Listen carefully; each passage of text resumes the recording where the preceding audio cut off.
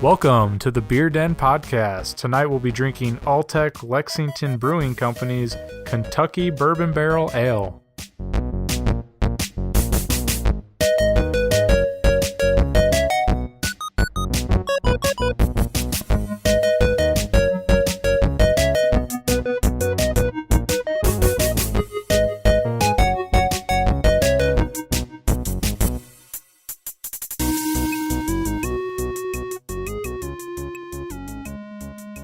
Hey everybody, welcome back to the Beer Den Podcast. My name is Ethan Hoopy. And I'm Michael LaRoe. Tonight we're drinking Alltechs Lexington Brewing Company's Bourbon Barrel Ale. Kentucky Bourbon Barrel Ale. Yeah. So, some fun stuff about them. They are actually part of the Kentucky Bourbon Trail. They joined that back in 2012. And they're partially a distilling company, just like some of the other beers we've tried this week. Okay. Yeah. So I think it's really interesting that some are actually turning to that. I think that's going to be one of the next big things is craft distilleries. That would be actually really interesting to see what people can do with that. Yeah. With that being said, let's get into this Bourbon Barrel Ale. Going into it, I think both of us were hesitant. Very hesitant. We were very nervous about it. For the listeners, we are not what you would call bourbon drinkers. So we were a little nervous about this one. We don't really drink a whole lot of liquor in general, let alone something like bourbon with a really distinct taste to it.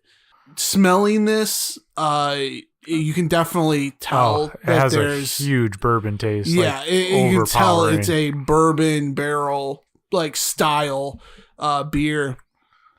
But what I found interesting is the fact that doesn't necessarily seem to translate to the taste of it.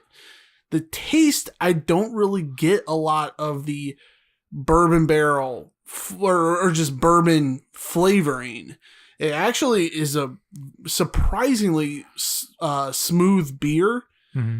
And I actually I do enjoy it, even though there's aspects of it that like I don't really like, which I'll get into later. But the smell, like we said, it's overpowering. If you just sniff the beer, you think you're about to take a shot of straight bourbon. It's strong, but like you said, it doesn't translate into the flavor because it's actually a very balanced and subtle bourbon flavor that you get from it. Appearance-wise, it is slightly hazy. It's a nice light brown color. There's a slight oak smell that you can pick if you can pick past that strong bourbon scent. Yeah. You said it was smooth though, and I agree. The mouthfeel on that is pretty smooth. Do you think it's overly dry? No, I didn't think it was too dry, and I didn't think it was overly bitter either. I was kind of surprised there's no carbonation to it at all, pretty much. Yeah, there's very little. I didn't get very much of a head on it after pouring it pretty aggressively. Yeah, there was no real lacing to it. Yeah. But it is a nice, smooth beer. Flavor-wise, there's a little bit of a kind of a biscuity taste to it. Mm-hmm. You kind of get some hints of the oak barrel, but it's not overwhelming. Yeah, no. It's actually a pretty nice flavor though. It's not really strong bourbon. You get a little, taste of it, but you would think that just based on that smell that it would be really harsh, and it's not. Yeah. You'd think that this would be something that you couldn't finish a glass of it, and it's actually surprisingly tame. Mm-hmm. So we base everything on 3 criteria: quality out of 50 points, value out of 25, and then design. So quality-wise, I gave it a 35.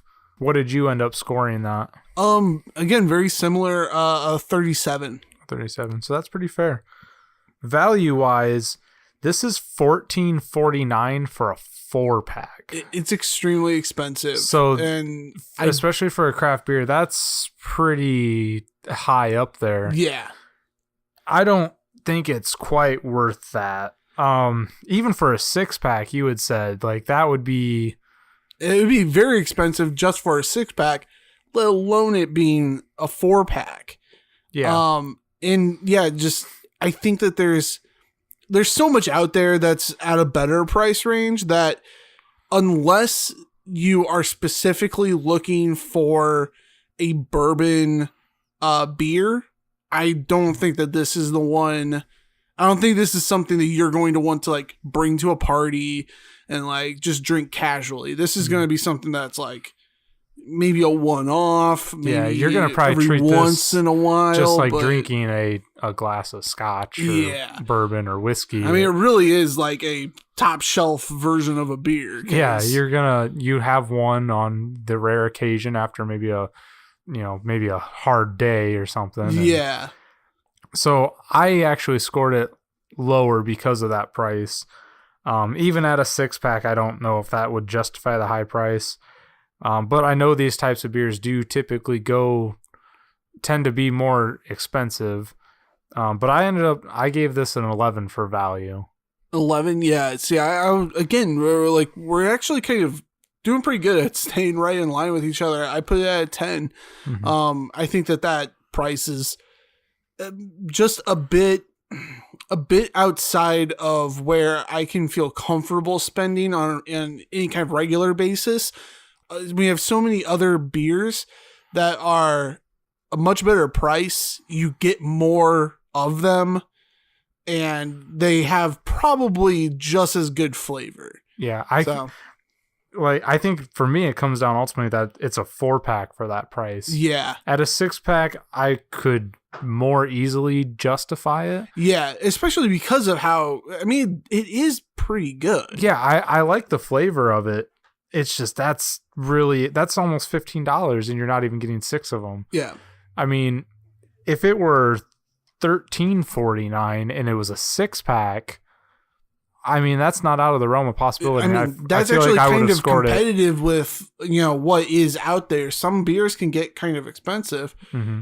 And for its quality, I think that its quality and its like uniqueness, you don't really get a lot of bourbon beers and things like that. So it being unique as well kind of justifies a high price, but I don't think that high of price. Yeah, I would agree. So what did you score it on design? Design, I ended up going with a 13.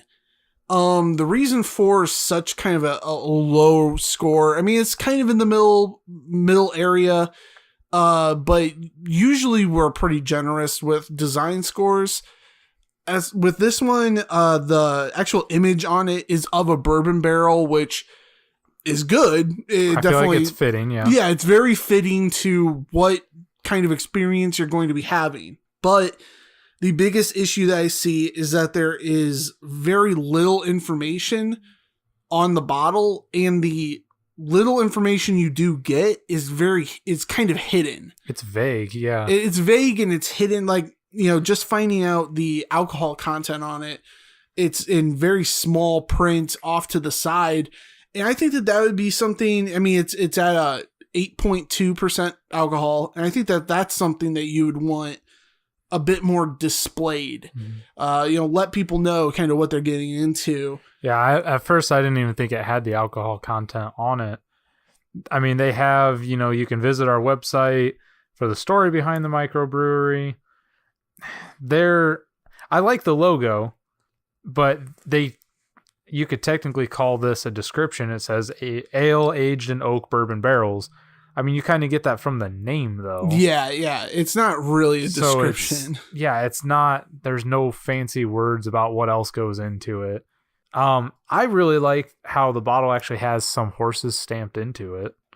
That is really cool. It makes the bottle at least unique. Yeah. It does have the 2 labels, the main one and the neck label, but the neck label, and it's on I thought mine was kind of a fluke. Like, it's kind of haphazardly put on there. Like, it's barely stuck on there. Yeah, I don't know what kind of adhesive they're using, but they need to get a better brand. Yeah, it just kind of looks shoddy. So I feel like they're trying to go for a more higher end beer, but overall, I think this is like a middle shelf beer. It's still good, but I think they're trying to make it premium, and it's not quite there. It's sort of a middle shelf design. You know, like I think it's a premium beer, but definitely like the design aspects of it are. This is something that you would find, or that you should be finding on much cheaper beers. Not something that you're spending, above $14 on for only 4 beers. Yeah, and like kind of going back, I know we've had other beers that are a bit more unique than what you would normally find. And I feel like you need a description on unique beer just to like inform the customer what their experience is going to be. You don't see these all the time. There's probably a lot of people who have never had a beer like this, a bourbon beer, or there's whiskey beers and things like that. And so they don't know what they're getting into. Mm-hmm. It'd be nice to have some sort of an explanation of what went into brewing it, maybe a bit of their experience when they drink it, things like that. I agree.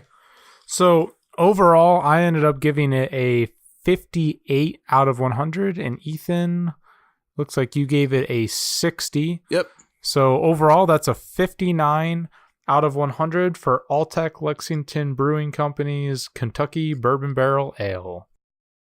Hey everybody, thank you for listening to another Beer Den review. Don't forget to follow us on social media, links down in the description. Subscribe, like, and share, and if there are any beers you would like us to try out, leave them in the comments below. We'll see you on the next episode of the Beer Den Podcast.